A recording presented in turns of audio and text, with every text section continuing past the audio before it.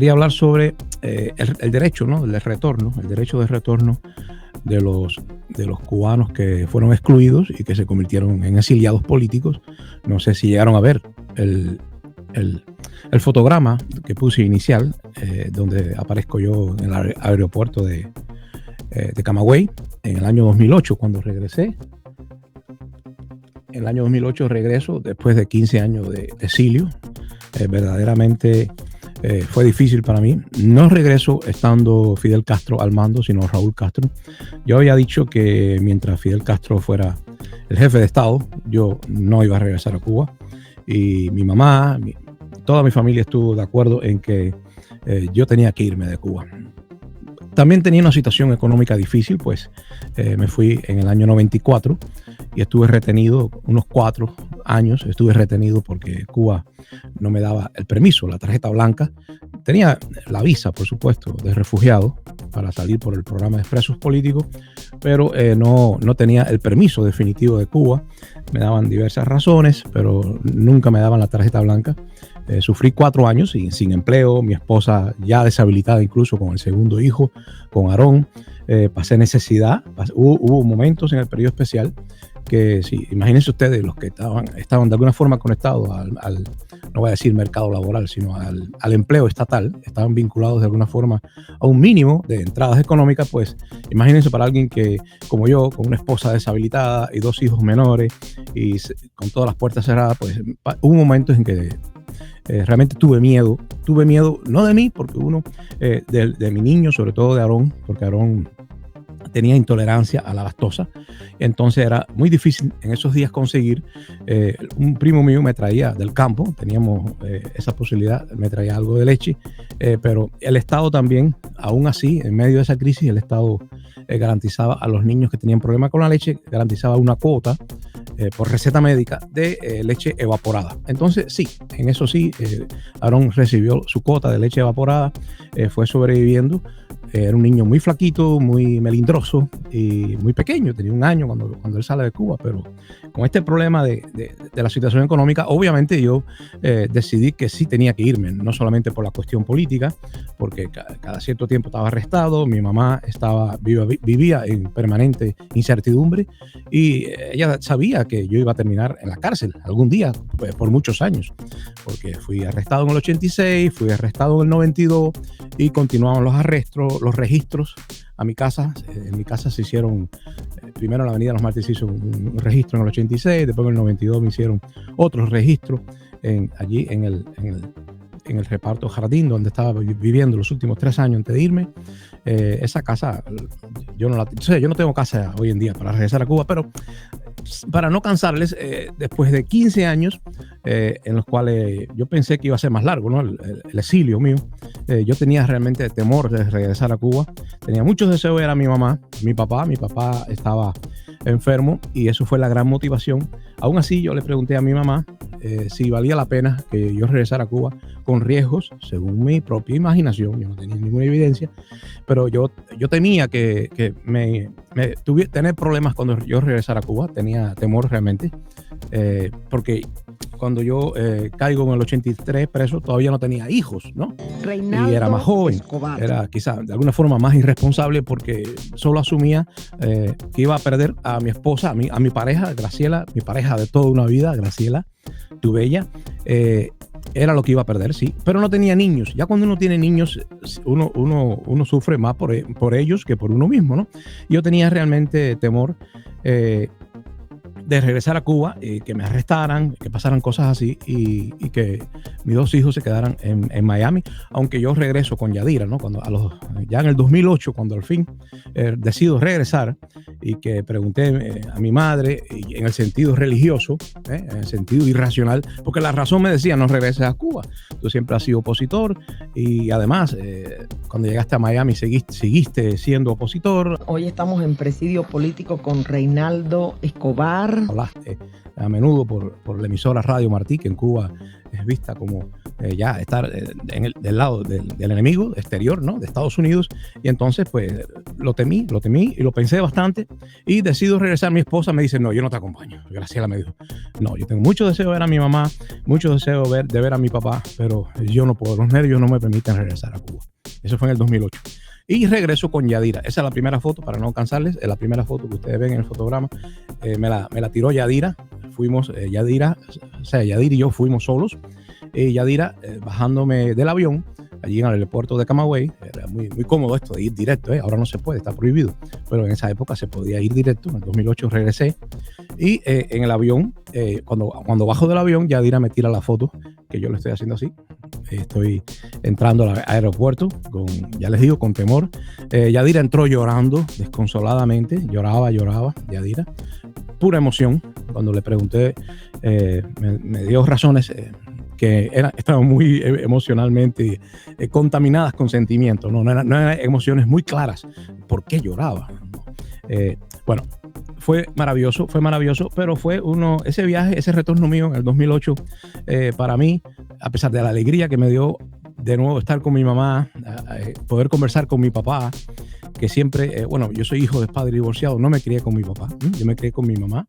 De hecho, aquellos psicólogos de la época en que yo me opuse al gobierno de Cuba, ¿no? Seriamente me opuse, pues pensaron quizás que yo, por ser hijo de padres divorciados, por no haber estado tanto tiempo, ¿no? Al lado de mi padre, que era el más comunista, porque mi mamá era una persona no de derechas, una persona que neutra, vamos a decirle neutra, en Camagüey neutro no es exactamente ser gusano. Yo recuerdo que ser gusano en esa época, y hoy en día yo sé que algunos defensores del sistema cubano se avergüenzan de la palabra gusano porque son ellos quienes la crearon. Fue Fidel Castro quien creó la palabra gusano y la reprodujo, todo su aparato reprodujo esa palabra que es denigrante y que dice mucho de un sistema político. Cuando usted le dice a un grupo de personas de una sociedad cualquiera, le dice, los categoriza como ratas, cucarachas, gusanos, pues es muy fácil que los derechos humanos de esas ratas o de esos gusanos no se cumplan, no haya derechos humanos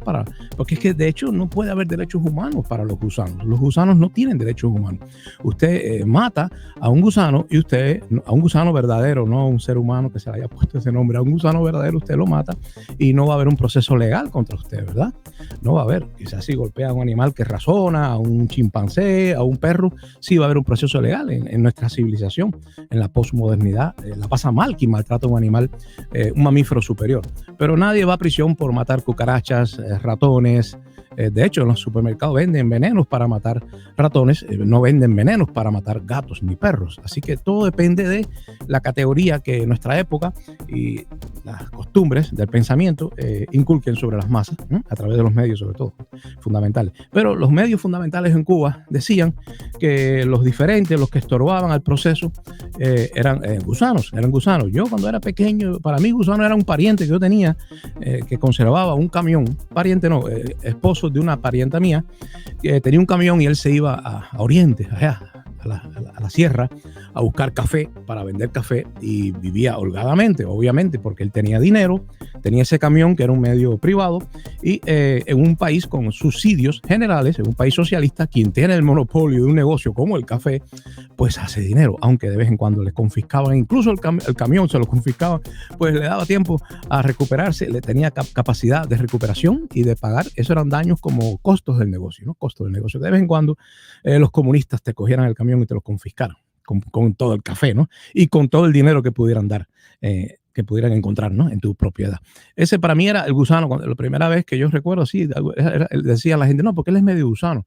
O sea, él es desafecto a la revolución. Pero yo nunca lo escuché a él decir nada contra la revolución. Simplemente llevaba una vida demasiado libre, demasiado autónoma en aquellos años donde todo era estatal.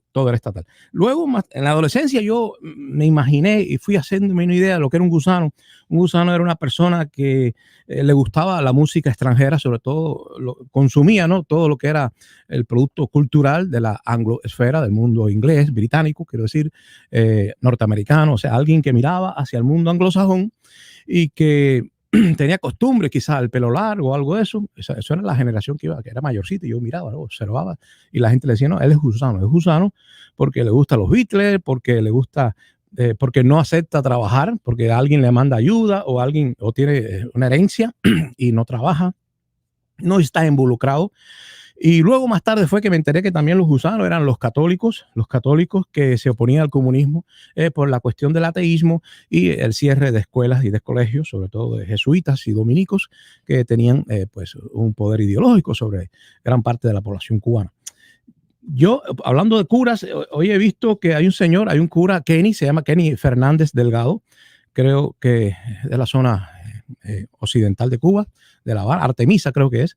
Él ha salido con una flor a caminar con su batilongo, longo debe ser ropa de cura de antes. En mi época los curas tenían que andar con camisitas de cuadro, camisitas igual que nosotros, así, iban a la bodega, compraban sus mandados. Yo recuerdo los curas allá de mi barrio, yo soy de la Avenida de los Mártires, y el cura de San José, Otto Travel, recuerdo que iba, me lo topaba todo el tiempo en la tienda comprando sus mandados, vestido como cualquier abuelito, pero este cura no, este cura lo vi con el batilongo negro, vestido completamente de negro, sacerdote, bueno, para los católicos ese es el sacerdote que lidia entre Dios y ellos.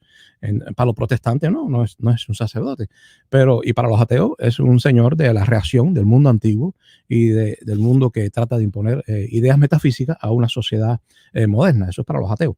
Pero en general, el cura en Cuba siempre fue visto también como un gusano, era parte de eso. Y ahora, pues los curas de bajo clero, no los de arriba, no estamos hablando, los obispos hicieron una carta llamando al amor, pero una carta muy metafísica, muy religiosa y no muy concreta, pero que sí insinuaba que la marcha del 15 tiene todo su derecho a existir, ¿no? Ahora este cura dijo, voy a asistir en calidad de observador y protector del más débil, sea del bando que sea, pero sin agredir a nadie, sino poniendo mi cuerpo entre agresor y agredido, y ojalá no tenga que hacerlo, que no tenga que ser, o sea, el cura como víctima del sistema opresor. Creo que la Iglesia, como astuta institución legendaria que ha sobrevivido a importantes cambios políticos en nuestra historia humana, sobre todo en Occidente, pues la Iglesia tiene estas dos políticas. El alto clero se inclina a la diplomacia y a la buena relación con el gobierno, temporal. Para los curas siempre el gobierno es temporal, puede pasar, la Iglesia es eterna, y usualmente, y pasó en el franquismo, incluso en el franquismo había curas de barrio que estaban a favor de los catalanes, a favor de los republicanos incluso, y en contra de los abusos del poder, ¿no? Del franquismo. En Cuba pues está pasando exactamente lo mismo que en España, y los curas de barrio pues están más cerca, también tiene su sentido, ¿no? Están más cerca del pueblo, del que debe obedecer, y no de la clase políticamente organizada, en la casta, ¿no? En la élite. Y este cura pues está apoyando la marcha de Junior, que se ha convertido en una figura ahora Junior, y dicen que hoy por la mañana pues amaneció rodeado, que siguen la gente de los consejos de vecinos haciéndole acto denunciándole, gritándole cosas desde lejos. La prensa F fue sacada de Cuba.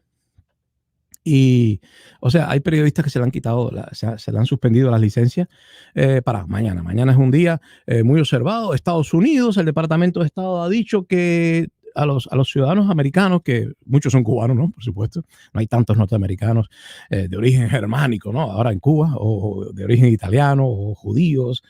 Los que están ahora en Cuba son cubanos americanos, pero Estados Unidos los considera ciudadanos. Y esto es una cosa preocupante, porque en todos estos años, desde el año 52, empiezan a marcharse la gente de Cuba, no desde el año 59, desde el año 52 empiezan a marcharse de Cuba. Los cubanos cambia por completo. Ustedes saben que al principio de la República pues venían muchos españoles a Cuba. Bueno, al principio incluso Estrada Palma facilitó que fueran los españoles, les abrió las puertas a los españoles, y fueron muchos españoles a Cuba. Y tras el desastre del 98, que significó para España la pérdida de Cuba como provincia, pues muchos sentían de que no estaban yendo a un país ajeno, sino a un país que, motivado por un separatismo masónico, tarde o temprano regresaría a la órbita de España. Iban a España a hacer negocios y a correr sus aventuras, muchos españoles. Estrada Palma les abrió las puertas. Con los años todo eso se se mantuvo, pero en los años 30 disminuyó bastante. Y les leo un fragmento del libro Geografía de Cuba de Levi Marrero, sobre este problema de la emigración, y pronto les voy a decir por qué la emigración tiene que ver con la política, según mi apreciación humilde. Un hecho negativo, dice Arturo, dice Marrero Levi. A ver, doctor Levi Marrero, estoy diciendo al revés, Levi Marrero.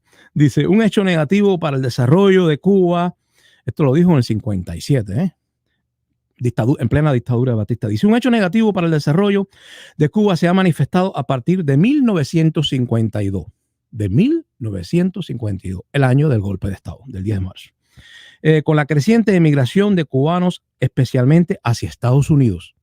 O sea, los cubanos estaban yendo hacia Estados Unidos desde el año 52, año en que Batista da el golpe de Estado. Hay que repetirlo porque se ha dicho mucho que es a partir del 59. No, es a partir de que cae la Constitución del 40 cuando los cubanos se piran, se van para los Estados Unidos. Empiezan a irse los cubanos para Estados Unidos. Emigración, bueno, tan seria como para que quede los analistas, ¿no? Se preocupen por ello. Desde el año 52, la creciente emigración de cubanos, especialmente hacia Estados Unidos y Venezuela. De país de inmigración en el primer tercio del presente siglo, Cuba se está convirtiendo en un país de emigración. El hecho resulta doblemente lamentable si advertimos las vastas posibilidades de fomento interior del país, lo que revela que una inadecuada política económica. Mientras Cuba posee un 40% de su territorio de tierras excelentes, 40%, nunca cultivadas, millares de jóvenes desempleados salen del país cada año en busca de oportunidad de trabajo en el extranjero. Esto es una denuncia ya en el año 57 sobre una situación que comenzaba en el 52 con el golpe de Batista y que por supuesto con Fidel Castro se institucionalizó la situación esta de salir del país, de la juventud dejar su tierra en busca de oportunidad de trabajo en el extranjero. Esto es síntoma de un desajuste económico que si no es resuelto adecuadamente irá agravándose con el paso de los años. De continuar la presente tasa de crecimiento de la población muy superior al promedio de otros países económicamente más desarrollados. O sea, Cuba está atrasada, está creciendo demasiado la población. Un país lleno de niños le dejó Batista a Fidel Castro. A partir de 1931, la inmigración desapareció casi por completo. Solo constituyeron un aporte, o sea, ya a partir de los años 30 con Machado no recibíamos la inmigración, no recibimos casi personas extranjeras, solo constituyeron un aporte de relativo volumen, unos 15.000 hebreos que arribaron a Cuba desde el 33, en los tiempos de la pentarquía, cuando se cayó Machado, empezaron a llegar los hebreos, no por Machado, por la guerra de Europa, al iniciarse las persecuciones antisemitas en Europa Central. Cerca del 50% de estos inmigrantes eran alemanes, sí, eran judíos askenazí. Al terminar la Segunda Guerra Mundial, más del 80% de estos refugiados abandonó Cuba. Entre 1943 y el 54 entraron en Cuba menos de 10.000 inmigrantes. Empezaron a llegar menos personas y en el 52 pues comienza el éxodo de cubanos hacia Estados Unidos y Venezuela como una socialdemocracia próspera por el petróleo, y Estados Unidos, el imperio, pues los cubanos empiezan a abandonar Cuba en el 52. Para aquellos que dicen que Cuba a partir del 52 con Batista fue una tacita de oro, sería una tacita de oro para unos cuantos, pero para la gran mayoría se convirtió en un lugar un poco desagradable donde vivir y por eso empezaron a marcharse. Con Fidel Castro se fortaleció esta tendencia, es evidente. Voy a compartir el link por si ustedes quieren ir ya conversando conmigo, porque siempre, como digo al principio, en esas figuritas animadas, esto es buscar la verdad en colectivo, no razonando de forma separada. De forma separada no se llega a la razón. Se puede debatir sobre muchas cosas, ¿no? Se puede debatir y a veces de forma estéril, porque hay discusiones que no llevan a nada. Pero si hay una vamos a decir, contradicción dialéctica, sí se puede alcanzar el desarrollo del pensamiento en colectivo. Y eso es lo que yo quisiera que sucediera en Cuba. Por eso estoy a favor de que Junior y cualquiera más pueda salir a marchar. No me gusta mucho eso de que se concentre en la figura de Junior, esta situación, porque me dice a mí que la masa de archipiélago cubano, esa masa está un poco desorganizada, caótica, hay cierto desorden, cierta desorientación cuando la gente se refugia en un líder. A menudo es que falta organización política en la masa que le sigue.